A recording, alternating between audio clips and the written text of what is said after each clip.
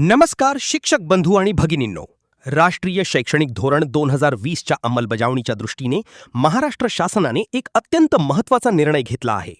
आता राज्यातील प्रत्येक शिक्षकासाठी दरवर्षी 50 तासांचे सातत्यपूर्ण व्यावसायिक विकास म्हणजेच CPD प्रशिक्षण पूर्ण करणे अनिवार्य झाले आहे. या नवीन नियमाबद्दलची सविस्तर माहिती आज आपण या व्हिडिओत पाहणार आहोत. हे 50 तासांचे प्रशिक्षण 2 भागात विभागलेले आहे. एक ऑफलाईन प्रशिक्षण 30 तास, यामध्ये 5 दिवसांच्या प्रत्यक्ष कार्यशाळा आणि दरमहा होणाऱ्या केंद्रस्तरीय शिक्षण परिषदांचा समावेश असेल. 2 ऑनलाईन प्रशिक्षण 20 तास. हे प्रशिक्षण तुम्हाला दीक्षा, स्वयं किंवा निष्ठा यांसारख्या अधिकृत सरकारी प्लॅटफॉर्मवरून पूर्ण करायचे आहे.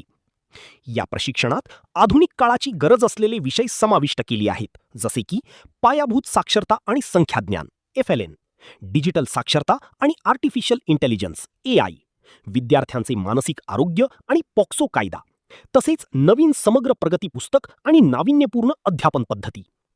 तुमच्या या सर्व प्रशिक्षणाची नोंद विद्या समीक्षा केंद्रामार्फत केली जाईल.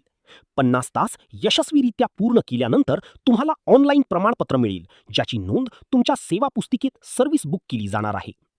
शिक्षकांना आपल्या अध्यापनाचे आणि रजांचे नियोजन करता यावे यासाठी दरवर्षी एप्रिल महिन्यातच प्रशिक्षणाचे वार्षिक वेळापत्रक जाहीर केले जाईल.